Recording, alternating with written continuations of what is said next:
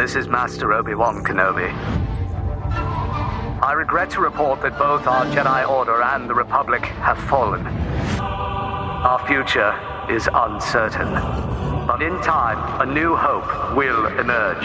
Coffee with Kenobi presents Rebels Reactions with Day&Z and Corey Club. All troopers, focus your fire on the Jedi. Come with us. Learn what it truly means to be a Jedi. I'm in space. And I'm about to die. We need an opening. Found one. What did he say? He said hello, hyperspace.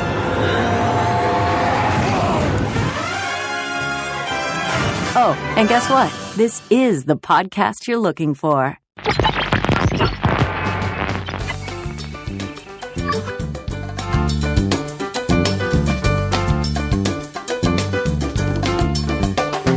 Welcome to Rebels Reactions, where Coffee with Kenobi examines Star Wars Rebels through a critical lens. On today's show, we will be discussing Empire Day, the 6th episode in Season 1. Returning to Rebels Reaction is Craig Dickinson of Coffee with Kenobi and Star Wars in the Classroom. Craig writes Rebels Reconnaissance, the official review of each episode of Rebels for Coffee with Kenobi, and we are honored to have him in the Coffee with Kenobi family. Welcome, Craig. Thanks, guys. Good to be back. You bet. I probably should have said welcome back. This is is this your fourth show with us or third? I think it's the fourth. Yeah, this is the third Rebels Reactions that I've done. So we did an early one when they first started to roll out some of the character videos. That's right. Yeah. Before we even knew who Sabine and Hera were. So. Exactly. Back in the day, yeah. Back in the day. So this is going to be an interesting episode because it is the first two-parter that we've seen for Rebels so far. Yeah. And it ends in a cliffhanger, which we'll talk about. And it's also the first time that I don't immediately know what my grade is. So I'm looking forward to discussing it. You too? Yeah, I haven't written anything down yet, so I'm really up in the air. Oh, do you usually write down your grades? Yeah, I do. Wow. Well, look at that. We learned something new. I didn't know that either. I just sort of envision it. And Craig, do you already have a grade in your head before we won't reveal it yet? I don't. Oh, good. Good deal. All right. Well, let's just start with our overall opinions of Empire Day. And I'll go first on this one. I love the episode. I love the cliffhanger idea that happens at the end. I like what we learn about Ezra. And I'm not sure where else I want to go with it because I'm interested in our discussion. I think there's a lot going on, but there's not a lot going on. And we'll talk about that sort of as we progress with our discussion. What about you, Craig? What about you? I liked it a lot. I was very interested to see basically everybody that we've been introduced to in the show came back in this one, with the exception of Vizago. But like all the bad guys showed up. Yeah, which was kind of interesting, and you did start to get a lot of information about Ezra, and I did not know that it was going to be a two-parter. I tried not to pay attention to any of the extra stuff beforehand, and so when it ended, I was like, oh my goodness, this is the end, because a lot of them have, to this point, wrapped things up really quickly, and I thought, oh, maybe they'll just get away, and then they didn't. I was like, oh, that's so cool, so there's more to come, so I like that a lot. And Corey, what about you? Yeah, I think similar to Craig's feelings it's nice to see the gang all together and working as a cohesive unit. It's nice I feel like we're in the 6th episode. I feel like, we get to know everybody so far, and we're just we're going along with their day-to-day interactions and kind of how they live life. And it's nice to be able to have that feeling. I don't feel like I'm like, oh, who's that character and who's that character? I know everybody. And we can kind of get to see how they do things on Lothal, too. It seems like we haven't been in Lothal too many times as far as, the planet core itself, or I even call it the downtown city, whatever, one of the bigger hubs. Sure. Mm-hmm. But, it was a lot of fun. I think it was thrilling. There's some fun chases. Again, the cliffhanger ending was a shock to me as well. I was like, usually I'm like hitting like tapping my screen to see how much time is left. I'm like, because I'm excited to see, where the end is. I'm like, oh, it's going to wrap up really fast. And then, like you said, it was just like, boom, done. I'm like, what? And I'm like, no, we got to see the next episode. Let's do this. So, yes. Yeah, very, very cool. One of the consistent things about Rebels so far is that when they're done, I don't want them to be over. And that's a lot of fun. Definitely. Before we jump into the heart of our discussion, have you all noticed that it's pronounced either Lothal or Lothal? Have you noticed how the different characters pronounce it differently? Yeah, it's switching around. Kind of interesting. Yeah, it makes it a little more realistic. It adds verisimilitude, Craig, wouldn't you say? Yes, I would. There's definitely verisimilitude in that. Certainly. All right, so the beginning, Kanan and Ezra are having a little bit of training, and I wrote down a number of things that Kanan says, and I'm just going to read them. And my apologies if I didn't type it down verbatim, but I did the very best I could. Ezra gets a little frustrated because he's trying to tame this wild, cute little beast. It's a Furby. And it's not working, yeah. And he says, give me your lightsaber and I'll make the connection. And Kanan looks and says, excuse me? I remember a very similar scene with Ahsoka and Anakin early on in season 1 of the Clone Wars, but Anakin didn't make the kind of rebuttal that Kanan did. So he makes the point of, you are connected to everything. To discover that, you have to let your guard down. You have to be willing to attach to others. Mm-hmm. If you hang on to your past, if you always try to protect yourself, you'll never be a Jedi. Craig, what'd you make of all that? Well, immediately he's talking about attachments, and that obviously it rings bells when you start thinking about Jedi and attachments, and that being counter to everything we heard in the prequel trilogy. But at the same time, it's very reminiscent of Yoda's instruction to Luke about feeling all of the things that are around him, the rock and the trees and all of those things too. So it's kind of a weird blend of the two of those things. And so it does jive with things that we've heard Jedi say before. But it did kind of strike me, like he's saying, talking about making connections with people. And hey, that's kind of different. How did he learn that? What about you, Corey? Yeah, I agree with that. And I think it's always been a constant with Jedi to make a connection through, friends and just people as they interact with each other. And it seems like that seems to be a good point of connection for their day-to-day activities.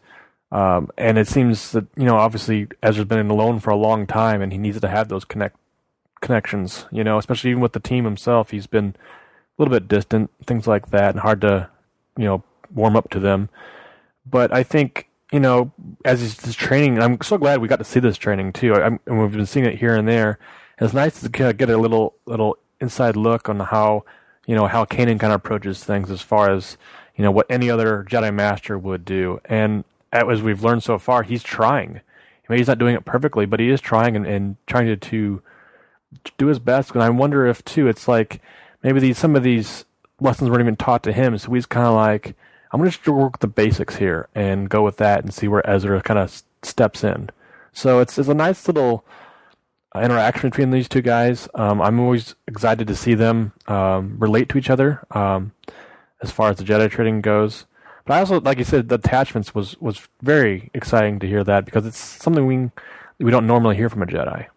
Well, it also shows me, too, the more and more we talk about attachments, the more tricky it gets to try to discern what's going on. And I'm getting to the point where I'm thinking that the Jedi, Jocasta Nu and the Jedi Temple, they don't have a thesaurus because they're using the word attachment frequently, but they don't always mean attachment. Sometimes they mean like obsession, or sometimes they mean basically just zeroing in on something and now not allowing for alternative methods of compassion.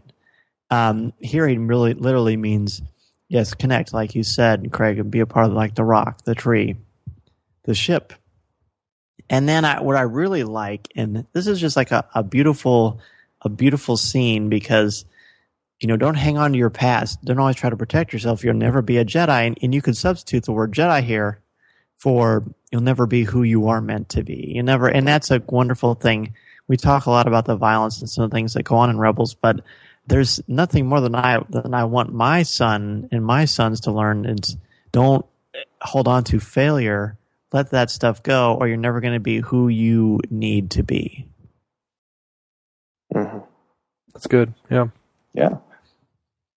So what else about this here? There's also one little thing where he says, step outside of yourself, focus on another being. Kanan is teaching Ezra empathy. That and compassion too. I mean, there's a lot of things like that too. And obviously, it's as we get into the episode, there's some more going on Ezra's mind, I think. So I wonder if, if it was a different day or something else was going on, that he might respond differently. I think so. Obviously, it's like I'm sure we'll talk about as we go on, that his mind is clouded at the time. I think it feels like it's call it. It's just preoccupied. Preoccupied with, with the events of the day. So it seems like maybe, obviously he's not cluing into the Jedi training at the moment. Well, we had talked on a previous one where Matt was on our second one. We talked about droids in distress, and we talked about post-traumatic stress disorder. And I don't know if we quite see that with Ezra to that degree that we do with Zeb and what happened to him and his people. But we definitely see some really challenging hang-ups, things that are very difficult that a young boy who's 15 years old shouldn't have to deal with, but he has. Before we get into that, I want to talk about when they go into that little mini cantina, and I'm choosing the word cantina because, that's what that it just is. Seems more appropriate, exactly. doesn't it? Yeah. Even the way that Hera is sitting at the table with her hands under her chin, very, very Han Solo. And we see racial profiling with the Rodian, and we see a lot of propaganda.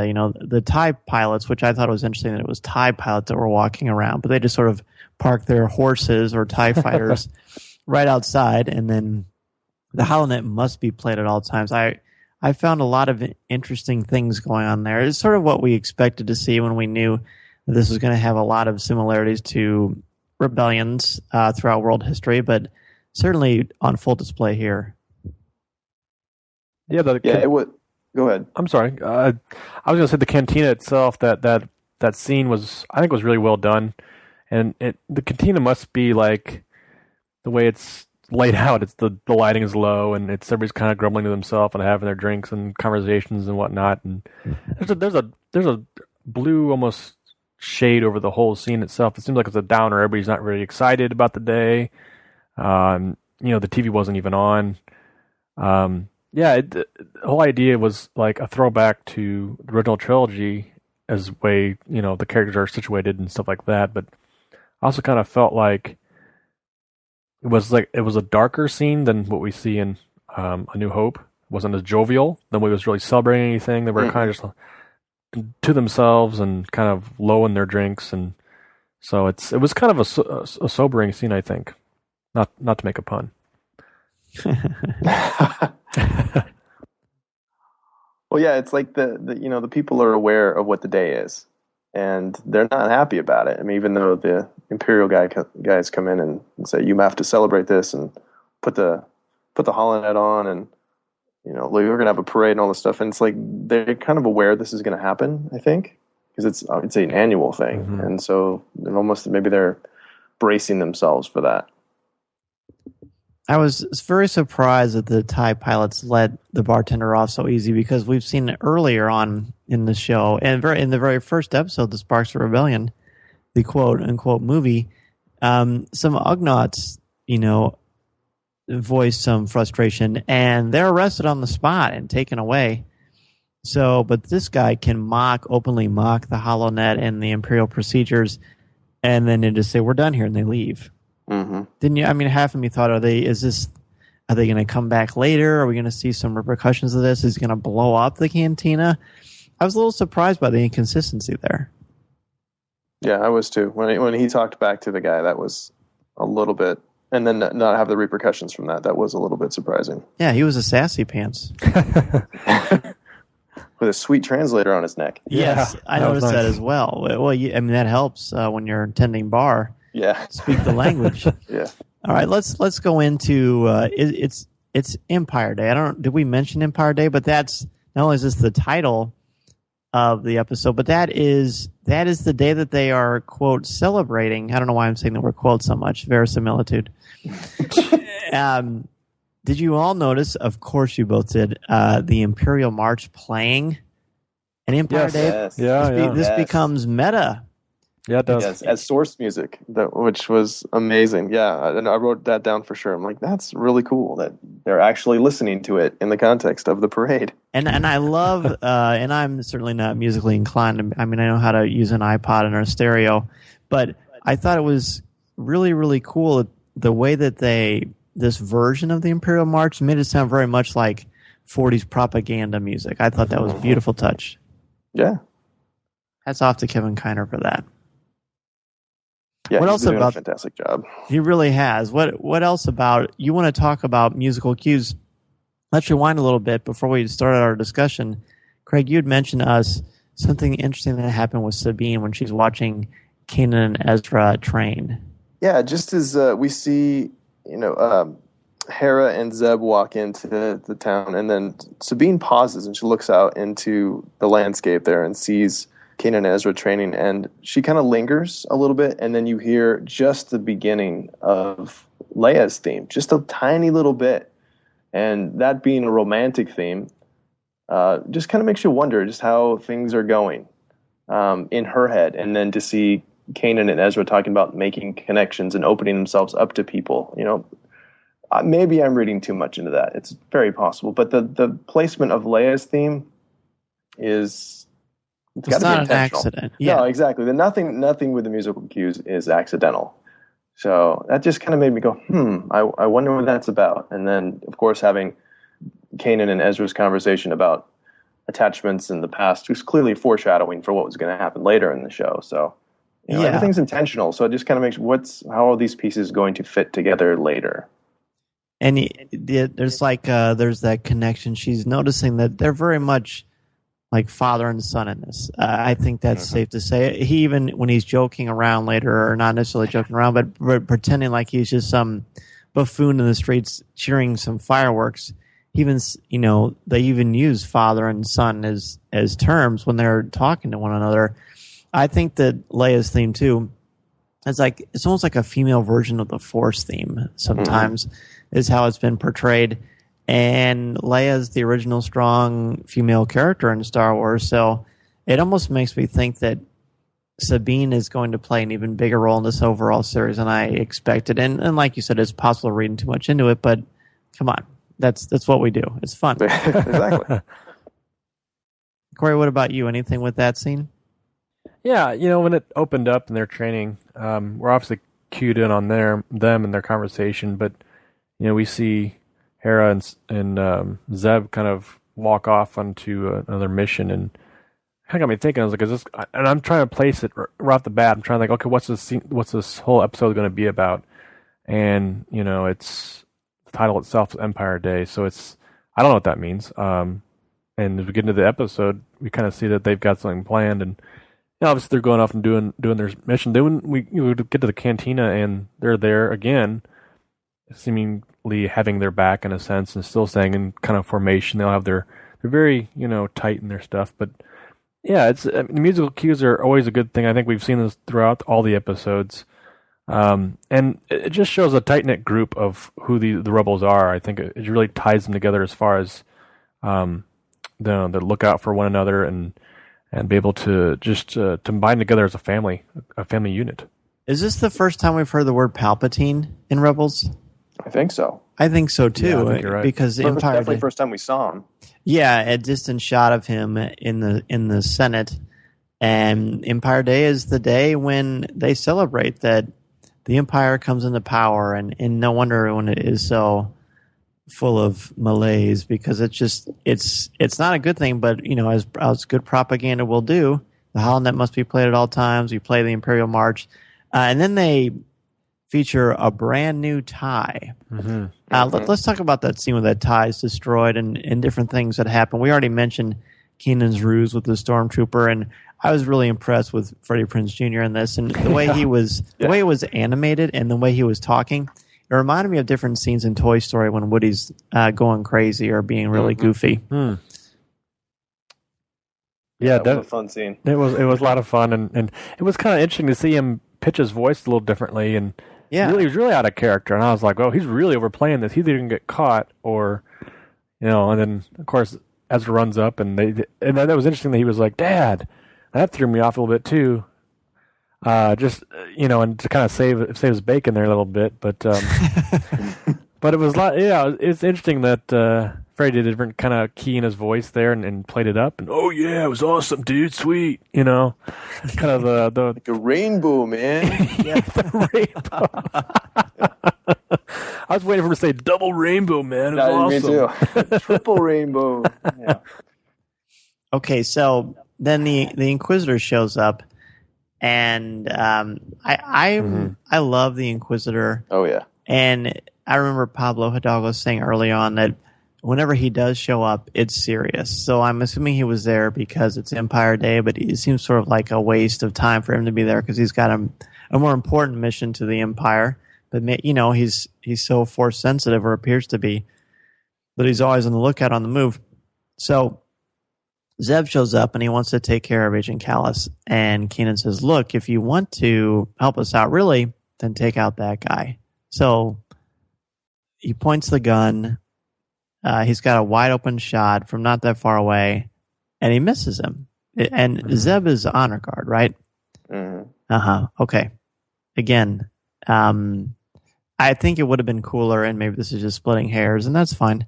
But I'm assuming that the Force allowed the Inquisitor to dodge it, or did Kanan really not have did Zeb really not have his heart into it? I mean, at least block the shot or something.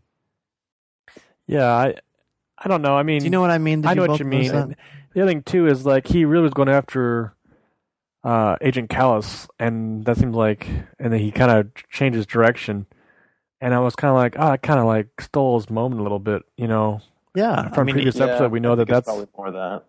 So he was kind of like, meh, I'll give a shot, and just didn't. It was half-hearted, I think, a little bit.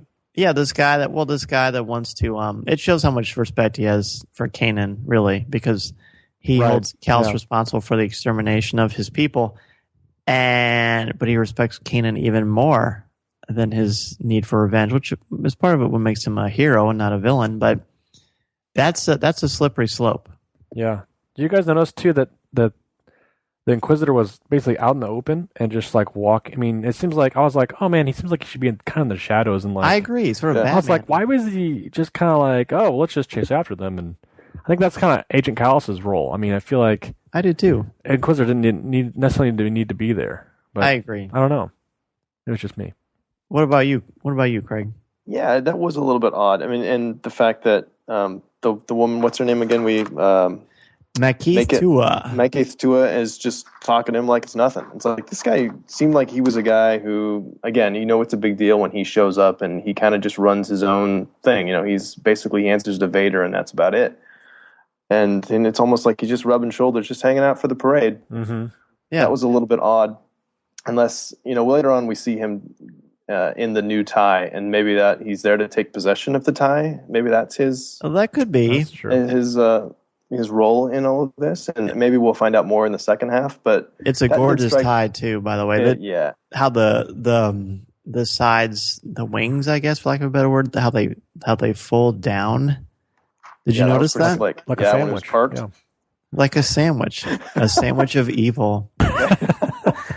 Yeah, it was really, really neat, and then it gets blown up right away because Sabine is working her magic, and she's just so important to the team. And I had this down for later, but let's just talk about it now. She's highly intelligent. I mean, with technology, with weaponry, with strategy, and she also speaks multiple languages. Yeah, I mean, she's the real deal. If she was around. And who knows? But if she was around at the time of A New Hope, who knows what would have happened? Because she's a legitimate threat. She's raising the bar all the time for me as far as what a Star Wars character can be. Because she's very nuanced and she brings a lot to this table. She definitely does. And I also think too is like they mentioned that she was training with the Empire. I think it was 2 episodes ago. Right. I kind of have that in the back of my mind. As it's playing on in the episode, I think, What if she was on the other side? She would be quite the handful to, she's obviously got her stuff down. I mean, she's a little bit, maybe immature a little bit at her age, but other than that, I mean, she's really? Well, I mean, I think it's immature as far as her 8 years of age. Well, isn't she 2 years old? If Ezra's 15, isn't she 17?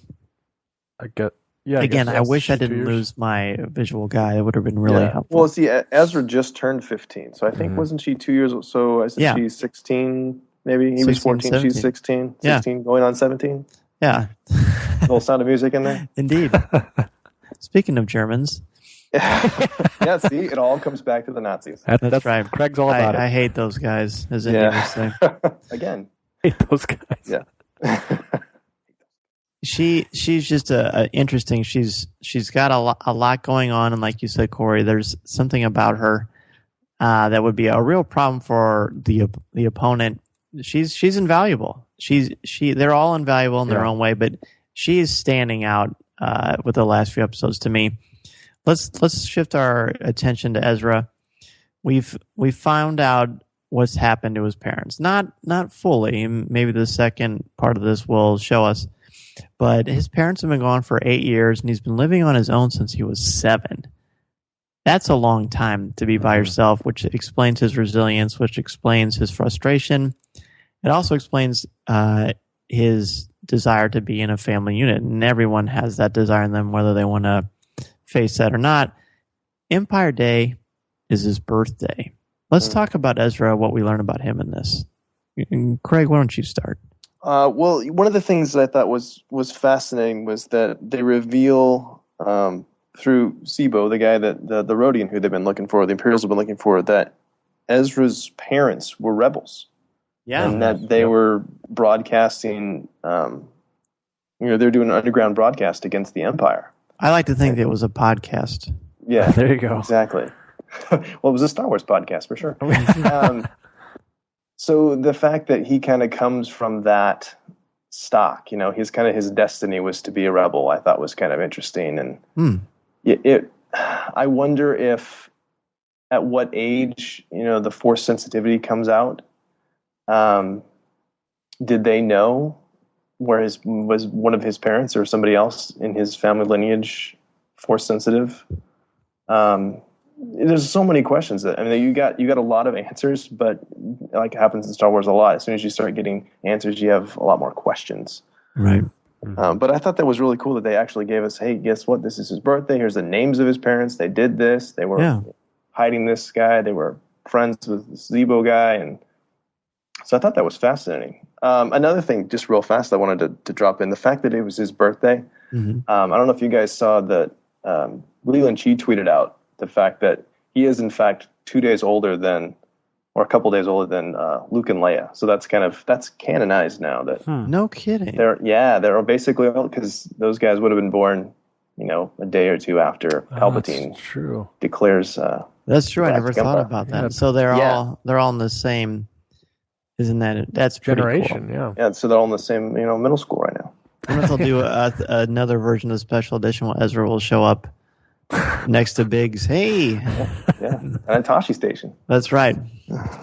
So I did manage to look at the end and pause it as we talked about earlier. But Mira, M-I-R-A, is Ezra's mother, and Ephraim, which sounds very biblical, is his dad. Craig, I knew you caught that, I'm sure. Yeah, I'm going to have to look that up and figure out exactly what the reference is for that. Well, it's spelled Ephraim. Right. I don't think it's spelled that way in the Bible. But Canaan isn't spelled K-N-A-N either. No. But it's, again, names, music, none of it's accidental. Ezra, one of the things that Ezra hears his father say is, we have to stand up for people in need, especially if it's against the Empire, which begs the question, what did the Empire do to Ephraim? I mean, I'm sure they did something. They don't seem to care who they offend or who they hurt or who they take things away from. And eventually, when you knock down someone enough, they're going to get up.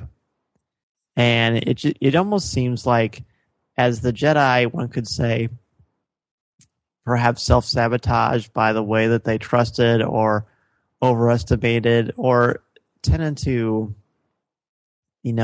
overanalyze to the point that they weren't effective. it seems like the Empire is beginning their end, even though they've been around for 15 years. You can see why people just couldn't take it anymore and rose up against them. Mm-hmm. Yeah, the scene too. It plays out interesting that he's at this small little bunker underneath their house, I guess. And that like you said, Dan, that little quote, "We have to stand up for people in need, especially those if it's against the Empire." And it kind of threw me back into a Spider-Man moment where Uncle Ben kind of relays, with great power comes great responsibility, and it's kind of that same kind of gesture a little bit. It's his son, and he's looking to instill knowledge into his life, and like you said, Craig, I mean, what has been done to them as far as in the past has hurt them in some way. So it's interesting to see, and obviously with this cliffhanger, hopefully we get to find out more. So we also learned some interesting things. We learned through Zebo and Sabine, again, using her technological savvy, she uses her skills, and we learn that there's the 5-year plan for Lothal, and we get to see some cool images, don't we? Mm-hmm. Yeah. TIE bombers, TIE interceptors. We get to see a version of the Imperial shuttle, and then we get to see AT-ATs. Yeah. Which I'm sure have made Mike Pilot very happy. Absolutely. That was very cool.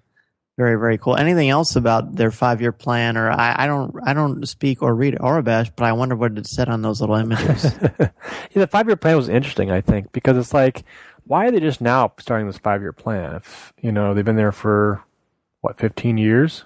Well, we don't know that actually. We're not sure how long they've been on Lothal. Maybe. I don't know. If they've been gone for 8 years, then probably. Yeah.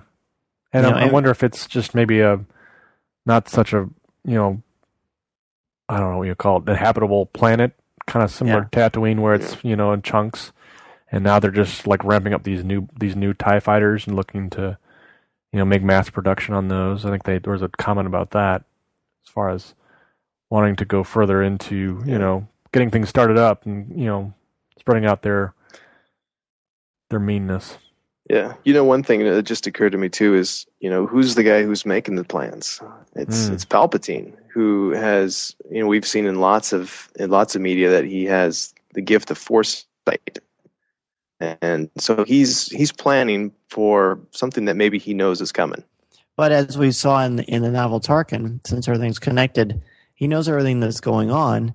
But as far as some of the specifics, he may let some of the lessers, if you will, to look at that. So who knows? I don't think it's the Inquisitor. Maybe I don't think it's Callus either, but maybe it's the Taskmaster and who we see in everything. I don't know. Maybe there is a Grand Moff involved too. Surely we'll see Tarkin at some point. I hope so. I would think. Yeah. Yeah. Some of the gang. Let's talk about the fight scene with Kanan and Callus. It features one of the neater images I think we've seen. We've learned a lot about Kanan. He is someone that when this show started, I was a little worried about because I wanted to love him as soon as I saw that image and the Cowboy Jedi thing that we've talked about. And then I read A New Dawn, and I was not particularly sold on him, but I learned that he was sort of growing into who he was trying to be or who he needed to be. And he is not always the star in every episode, but what he does matters. What he says has a lot of weight. There's no wasted breath when it comes to Kanan. And there's not really any wasted movement either, but he's very slick. He seems to, not quite the way that Anakin did, he seems to enjoy his gifts and the fact that he is unleashing his lightsaber more readily than he ever has. He's incredible with it. In that scene when he jumps up onto the ramp of the Ghost and he's blocking the blast, I thought that was a wonderful scene. Yeah, it's very reminiscent of Mace Windu jumping out of the balcony and Geonosis blocking things left and right. Very much so, but even more graceful. Yeah. It makes me think, too, that maybe he want to leave that lightsaber attached. Yes. Using it a lot more. Like, he's going to have to bust this. Because the second time I watched him, like, I know he has his lightsaber, but it's not attached, right? How fast does he does it? And he whips it together pretty fast. But it's like, the guy could have shot you in the time that you were clicking that thing together. And do you wonder why he doesn't just rush Agent Callus and just take care of him right away? Yeah, I don't know. Yeah. I don't know. And maybe that's something I just need to let that kind of thing go because true, but it doesn't act like a kid's show. I know. Yeah, I agree with you guys. It's that the time he has to put together the lightsaber, the click and the switching it on, and it seems like there's a gap. And as far as just leave it together. Everybody knows you're a Jedi now. Let's just the jig is up. Just keep it together. But then when he's walking around, I guess the real reason, let's be honest, is when he's walking around Lothal, is if he was carrying a lightsaber on his belt, he could not be incognito anywhere. No. But at this point, how can the rebels be incognito? Yeah, I feel like they've done a lot of damage, and surely someone has captured their image in some way, shape, or form. Well, they are pretty good at hiding, but still. The Inquisitor has Ezra's image. We've seen that, and obviously passing it around and trying to get names and dates and facts, and so it's building to something. I think. Maybe, it is. And maybe they're not necessarily. There's something going on, and so I think that just goes along with the storytelling as far as building us up to see what happens. And speaking of the Inquisitor, it seems to reason, and much like in Rise of the Old Masters, when he sees his prey, he knows they're there, but he almost seems to enjoy the chase. And he's got other things on his mind, but he's so calculating to the degree that he knows he's going to get after them eventually. But he doesn't use any force abilities to run after them. He glares at them, and he's just very much analyzing everything that happens. I have a feeling that at some point they're going to find themselves in a situation that's going to be extremely difficult to get out of because of the steps the Inquisitor takes. He's impressing me more and more. They say a lot, again, much like Kenan, there's nothing wasted when it comes to the Inquisitor, and I think that's why we were a little thrown at first that he showed up at this celebration for Empire Day when you're thinking, isn't he wasted? Yeah, I think it's going to be it's a two-parter. I think they introduced him to play it out in the second part maybe and do more. But he obviously has the skills. He can fly. We didn't know he has the piloting skills. That was pretty cool. He threw on his awesome biker helmet. Yeah, I love that helmet. Let's talk about the helmet. Yeah, it was kind of like an old knight helmet if you want to the visor and everything. Very cool. Well, those Padawans got giant heads, so yes, at least the ones in Rebels do. Yeah, so he's going to need a special head. But yeah, the V, it looked very much like a knight. Good call on that, Corey. Right. Yeah, I like that. I didn't think about that, and just the grooves in it, and at first you wonder why does he even need one? But everybody's in a TIE fighter cockpit has something over them, unless they're in the atmosphere, like when Ezra and Zeb stole the TIE fighter a few episodes before that. Is there anything else that we can kind of glean from looking at that helmet? And I mean, there's menace. You can't really tell that it's him in it, even though everyone knows that it's him. But there's the Inquisitor does not seem to have any hubris, and I don't think you could say that about someone like Count Dooku. Sorry, Chad. Or someone like Darth Maul, who has arrogance in a very different sort of way, but the Inquisitor seems very, very comfortable in his own skin for a Sith, if that makes any sense. Yeah. I think again, going back to the fact that names always mean something. I mean, Inquisitor, just that name alone, it has the connotation of being very intellectual and very methodical, and he's inquisitive. Yeah, exactly. We know I keep going back to he's not a Sith, but he kind of is. But that's another thing that separates him from the Sith is that he's not ruled by his passions. He's very by the book as far as what he does. Is everything is, like I said again, methodical. It's even walking to the TIE fighters. He's like, "Yep, just hold them up. We'll be there soon." Just walking, not rushing. Just he never seems to get mad. Nope. Which we'd sort of heard hints of that as well before the show started, but I find that interesting as well. And maybe that's one of the reasons why he's not Sith. Maybe. It'll Interesting. be fun. Maybe I'll send another tweet to Pablo and see if they respond. It's too bad he's not on Twitter anymore. I know, that was so fun. It was a lot of fun. But I think you hit on something there, Dan. I mean, the fact that he's not a passionate creature.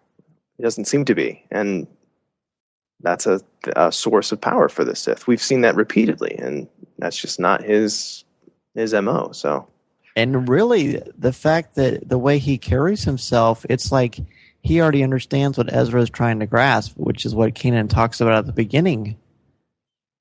You know, let your guard down, be willing to attach. I mean, I don't know that he's willing to attach to anyone. He's got his own mission, and he obviously holds Vader and the Emperor in very high regard. And he's also older. And we don't know anything about his past or how he was trained. I'm assuming it was from Darth Vader, but who knows on that.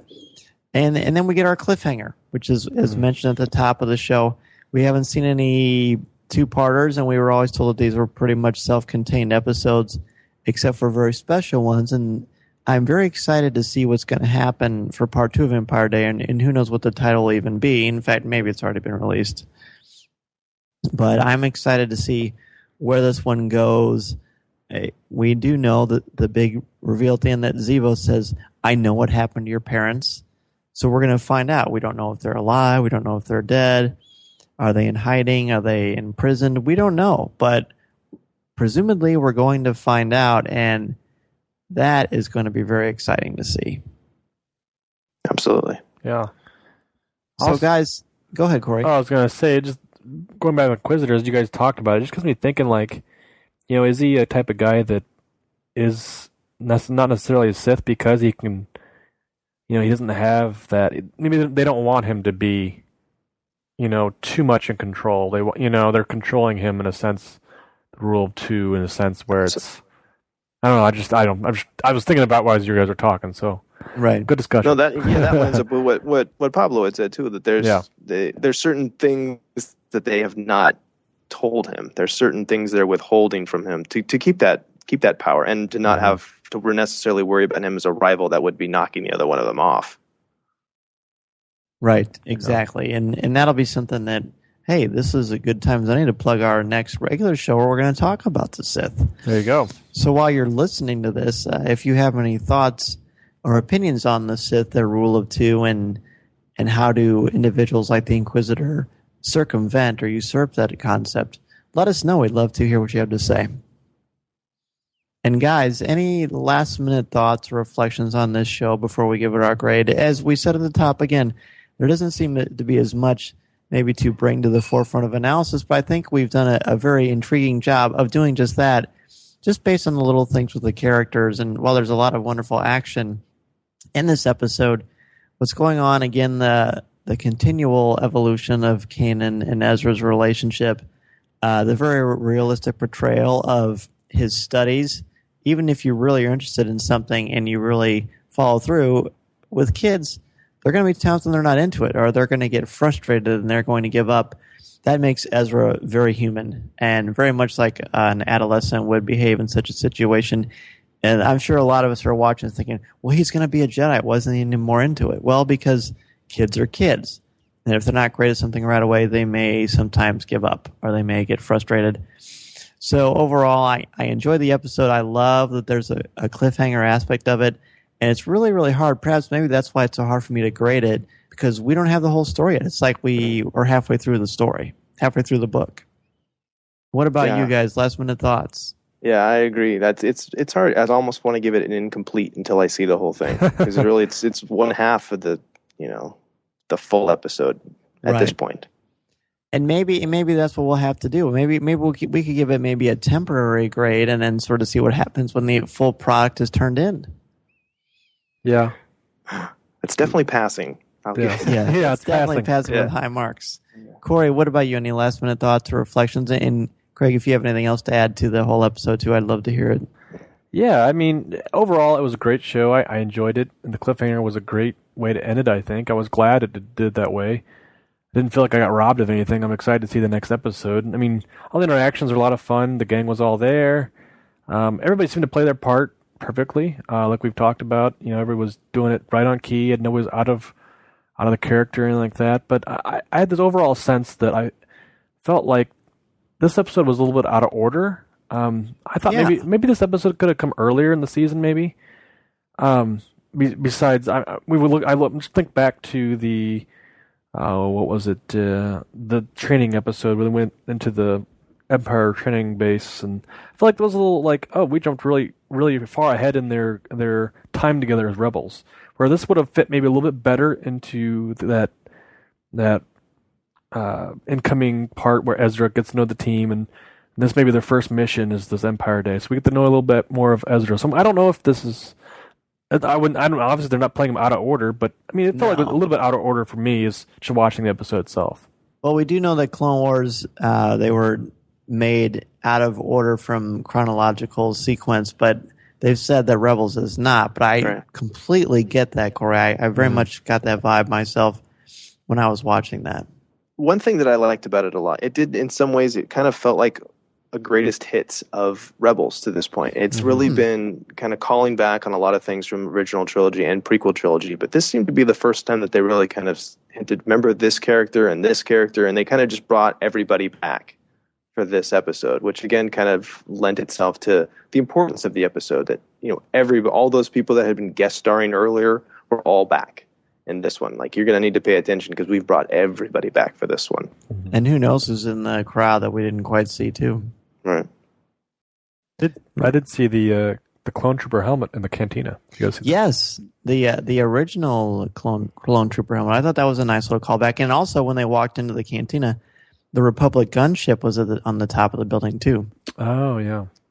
Did you guys see that? I missed that. I'll have to check that out. I have to go check it out. Yeah. Yeah, it's just right when they're walking through the door. It's right on top, which I thought was interesting. It's almost like they're literally, it's like a living tribute to the Republic, which is now the Empire. So again, even when something seems to be black and white, there's still so much gray.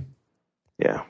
So, gentlemen, it's time. We're going to have to make some sort of a grade for this episode, and with the caveat that we could go back and adjust it perhaps. But in the interest of fairness, what would you grade this episode? We'll start with the teacher. I'm going to go ahead and give it a solid. Let's go B+. Care to explain your rubric?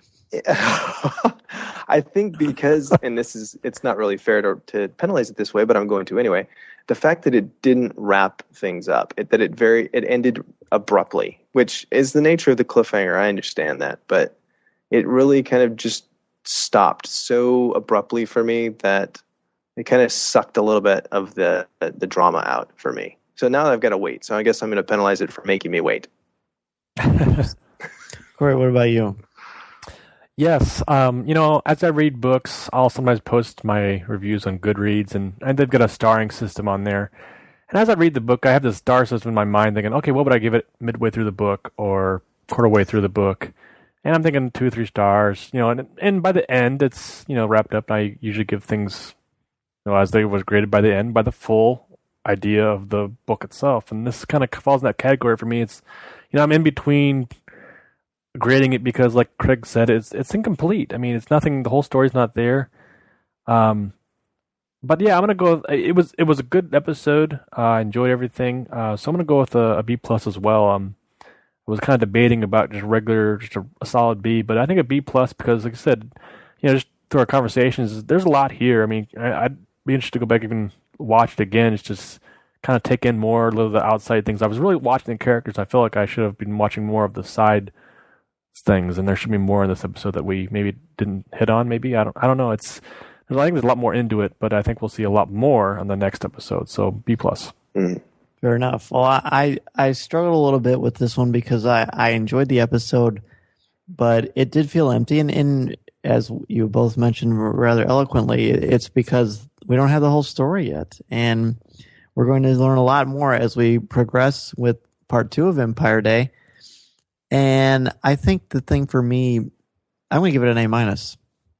And I really had no clue what I was going to give it. But to take it and penalize it for not having the whole story, which neither of you are doing that. But that would be very akin to looking at the Fellowship of the Ring and penalizing that because we don't see what happens to the ring. We don't have the whole story yet, and we know that it's out there, and we just have to wait and be patient. The thing, though, about a story and what, to me, the strength of the Harry Potter series is versus some other adolescent novels that are very popular series, Hunger Games, is that they're not are they self-contained stories? And I think you could argue it really isn't a self-contained story, but to be fair, it's not. It doesn't claim that it is. Novels, I'm sort of on a soapbox here, but novels on their own, if they're part of a series, they should still have a beginning, middle, and an end. Mm-hmm. We've just seen the beginning of the climax. We haven't seen the beginning, middle, and end. So the promise that we have, like you both said, that this is like a greatest hits. I'm just going to stick with the A-. Dan, can I challenge you a little bit? Please do. Empire Strikes Back. That was a cliffhanger. Yes, it was. How does that compare to this episode?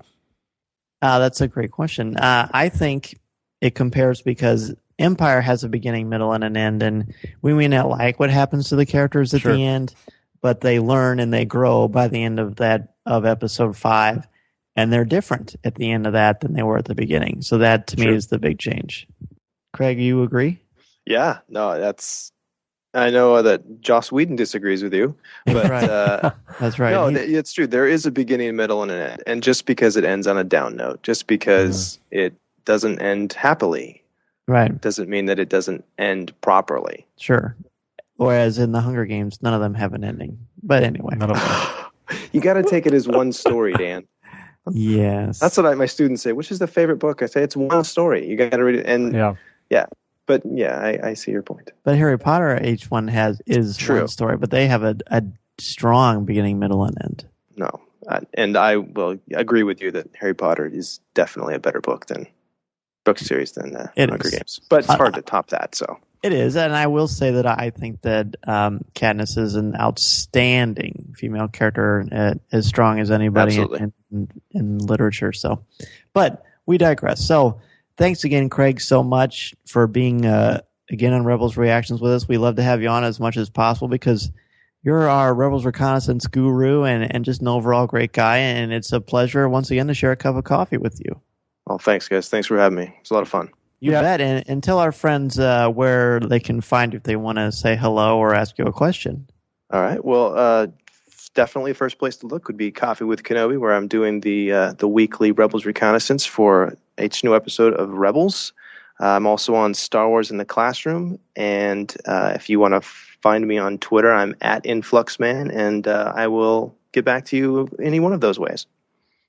That's right, and we'll put those in the show notes as always. And Craig, you do such a wonderful job with our reviews, and that we just love seeing what you bring to the table, and it's fun to interact with you. And I know that you do such a great job with all the listeners too, and we appreciate that. And we've been encouraging people who have their own reviews. They send us their reviews of each episode of Rebels every week, and it's wonderful, and they just get better and better all the time. And we've been encouraging everyone to go on to the thread after your review and start some dialogue there and post their reviews as well. Yep, I've seen those too. That's very cool. Yeah, I was going to mention that, after listening to this, go out and check out Craig's review, compare it. I'm sure he's got a lot more to say there as well, going in depth with everything. So I'm excited to read it. So, Craig, I got to ask you real quick, and some of our listeners are probably wondering this too. After this discussion, how will this impact your version of Rebels Reconnaissance? Well, I'll try not to let it do too much, because I've got basically what I want to say. I just haven't quite fine-tuned it, but there would definitely be some things that I'll take in there from tonight's discussion. I'm not sure just yet. I'll let them marinate a little bit and then see how it comes out there. Yeah. Very good. Marinate, another one of my favorites. Yeah, just please use the verisimilitude in the. Yeah. In the. I'll see if I can work it in. Yeah, please. Part of your burgeoning reviews. Well, thanks again, Craig, so much, and we look forward to having you on again very soon. All right, guys, sounds good. Well, kid, you pulled it off. Was there ever any doubt? Yes. Chopper, get us out of here!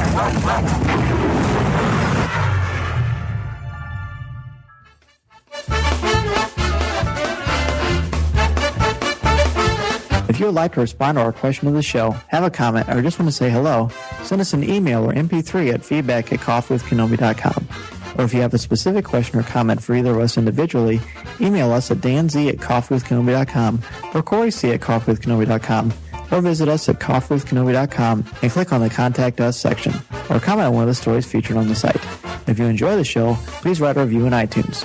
You can also like the show on Facebook at facebook.com/Coffee With Kenobi, as well as keep up to date on our Twitter feed at twitter.com/Coffee With Kenobi. You can also find us on Tumblr at coffeewithkenobi.tumblr.com.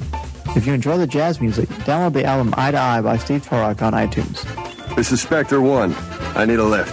This podcast is not endorsed by the Walt Disney Company or Lucasfilm Limited. It is intended for entertainment and informational purposes only. The official Star Wars website can be found at www.starwars.com. Star Wars, all names, sounds, and any other Star Wars-related items are registered trademarks and/or copyrights of Disney and their respective trademark and copyright holders. All original content of this podcast is the intellectual property of Coffee With Kenobi unless otherwise indicated. This is the podcast you're looking for. There's no one here. Move along. Move along.